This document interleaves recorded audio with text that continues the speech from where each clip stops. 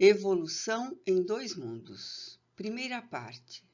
18. Sexo e corpo espiritual.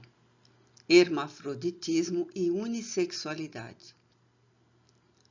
Examinando o instinto sexual em sua complexidade, nas linhas multiformes da vida, convém lembrar que, por milênios e milênios, o princípio inteligente se demorou no hermafroditismo das plantas, como, por exemplo, nos fanerógamos, em cujas flores os estames e pistilos articulam, respectivamente, elementos masculinos e femininos.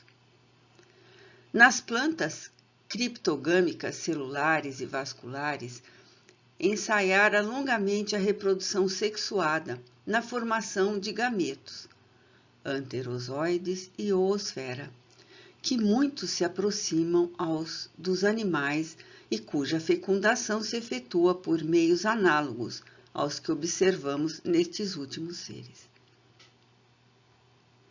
Depois de muitas metamorfoses que não cabem num estudo sintético quanto o nosso, caminhou o elemento espiritual na reprodução monogâmica entre as vastas províncias dos protozoários e metazoários, com a divisão e gemação entre os primeiros, correspondendo à cisão ou estrobilação entre os segundos.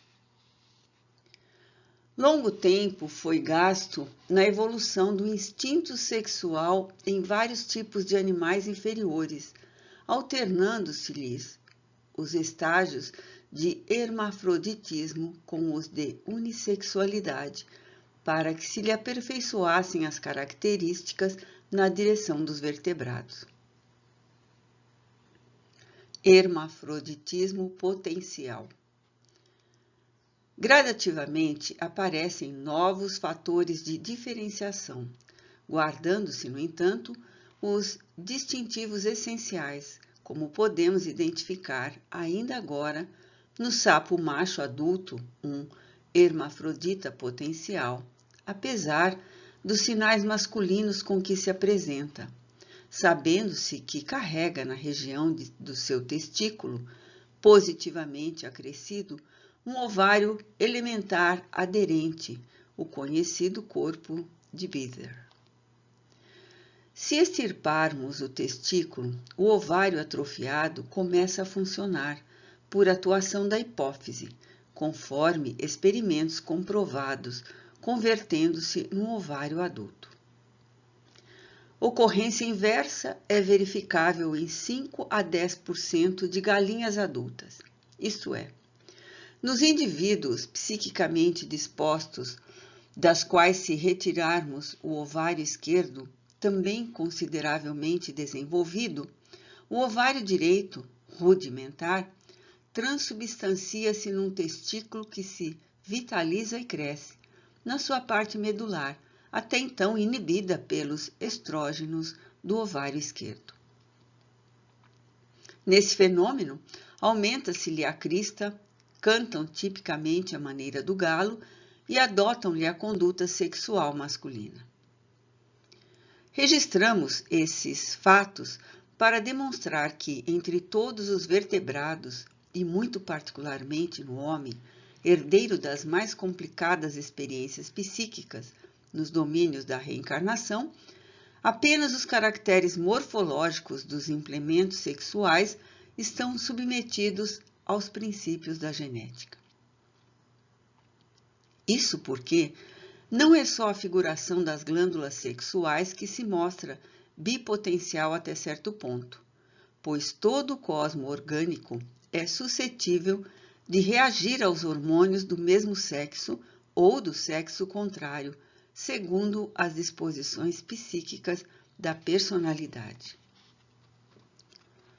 Ação dos hormônios.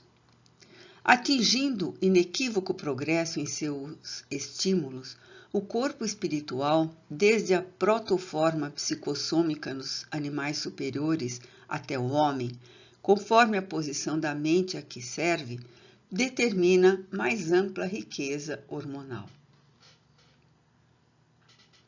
As glândulas sexuais, que então mobiliza são mais complexas.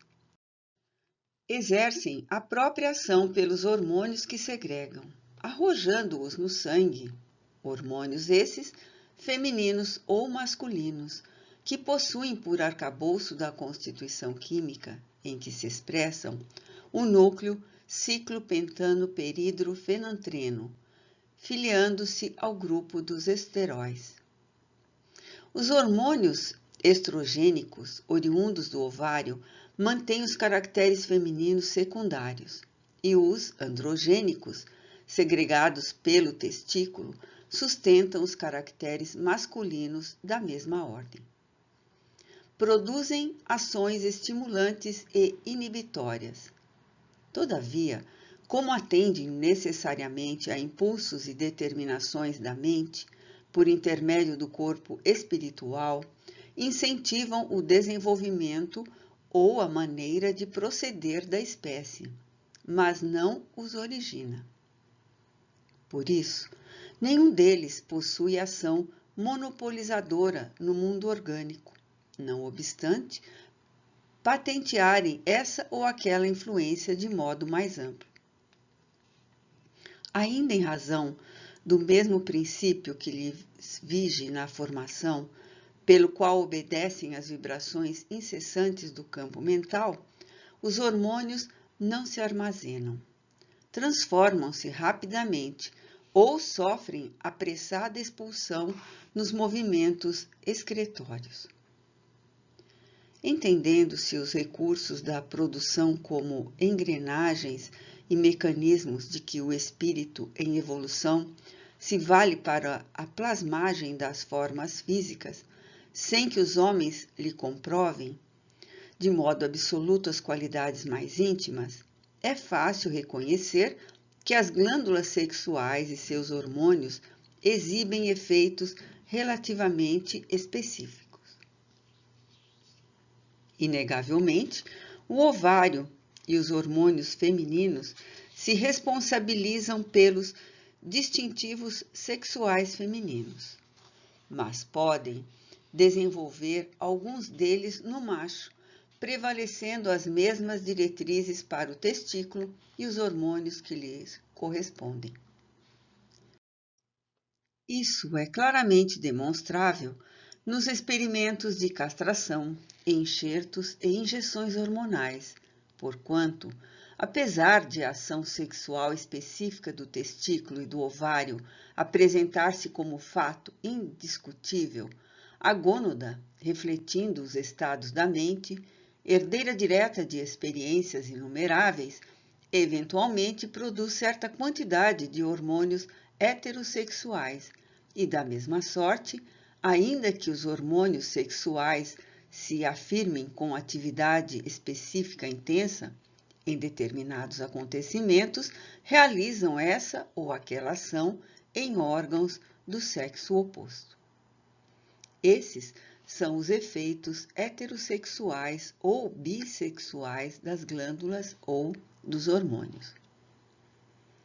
Origem do instinto sexual.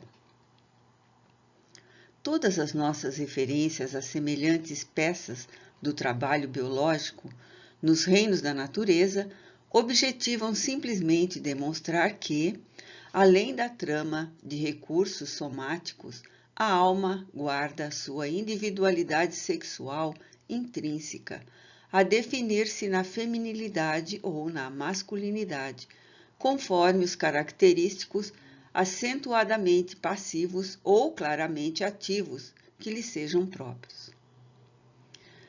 A sede real do sexo não se acha dessa maneira no veículo físico, mas sim na entidade espiritual em sua estrutura complexa.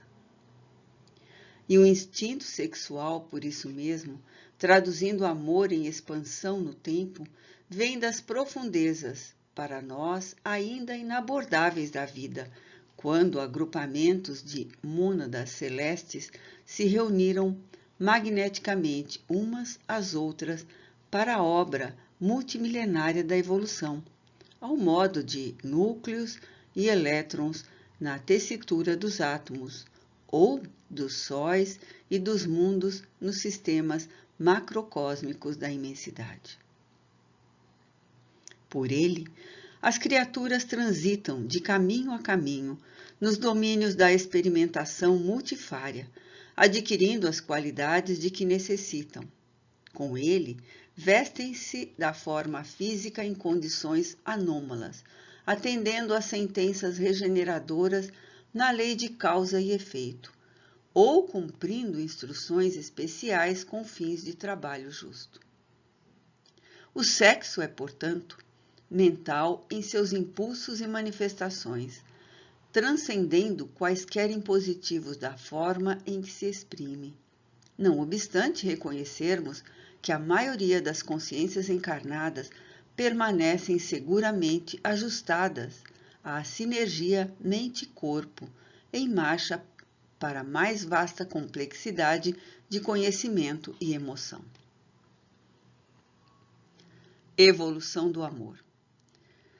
Entretanto, importa reconhecer que, à medida que se nos dilata o afastamento da animalidade quase absoluta para a integração com a humanidade, o amor assume dimensões mais elevadas, tanto para os que se verticalizam na virtude, como para os que se horizontalizam na inteligência. Nos primeiros, cujos sentimentos se alteiam para as esferas superiores, o amor se ilumina e purifica, mas ainda é instinto sexual nos mais nobres aspectos, imanizando-se as forças com que se afina em radiante ascensão para Deus. Nos segundos, cujas emoções se complicam, o amor se requinta, transubstanciando-se o instinto sexual em constante exigência de satisfação imoderada do eu. De conformidade com a psicanálise, que vê na atividade sexual a procura incessante de prazer, concordamos em que uns, na própria sublimação, demandam o prazer da criação, identificando-se com a origem divina do universo, enquanto outros se fixam no encalço do prazer desenfreado e egoístico da autoadoração. Os primeiros aprendem a amar com Deus. Os segundos aspiram a ser amados a qualquer preço. A energia natural do sexo, inerente à própria vida em si, gera cargas magnéticas em todos os seres pela função criadora de que se reveste. Cargas que se caracterizam com potenciais nítidos de atração no sistema psíquico de cada um e que, acumulando-se, invadem todos os campos sensíveis da alma, como que ali obliterar os mecanismos outros de ação, qual estivéssemos diante de usina reclamando controle adequado. Ao nível dos brutos ou daqueles que lhes renteiam a condição, a descarga de semelhante energia se efetua indiscriminadamente por meio de contatos, quase sempre desregrados e infelizes, que lhes carregam, em consequência, a exaustão e o sofrimento como processos educativos. Poligamia e monogamia. O instinto sexual, então, a desvairar-se na poligamia, traça para si mesmo largo roteiro de aprendizagem, a que não escapará pela matemática do destino que nós mesmos criamos. Entretanto, quanto mais se integra a alma no plano da responsabilidade moral para com a vida, mais aprende o impositivo da disciplina própria, a fim de estabelecer com o dom de amar, que lhe é intrínseco, novos programas de trabalho que lhe facultem acesso aos planos superiores. O instinto sexual, nessa fase da evolução, não encontra alegria completa senão em contato com outro ser que demonstre plena afinidade, porquanto a liberação da energia, que lhe é peculiar, do ponto de vista do governo emotivo, solicita compensação de força igual na escala das vibrações magnéticas. Em semelhante eminência, A monogamia é o clima espontâneo do ser humano, uma vez que dentro dela realiza naturalmente, com a alma eleita de suas aspirações, a união ideal do raciocínio e do sentimento, com a perfeita associação dos recursos ativos e passivos na constituição do binário de forças, capaz de criar não apenas formas físicas para a encarnação de outras almas na Terra, mas também as grandes obras do coração e da inteligência, suscitando a extensão da beleza e do amor, da sabedoria e da glória espiritual que vertem constantes da criação divina. Alimento espiritual.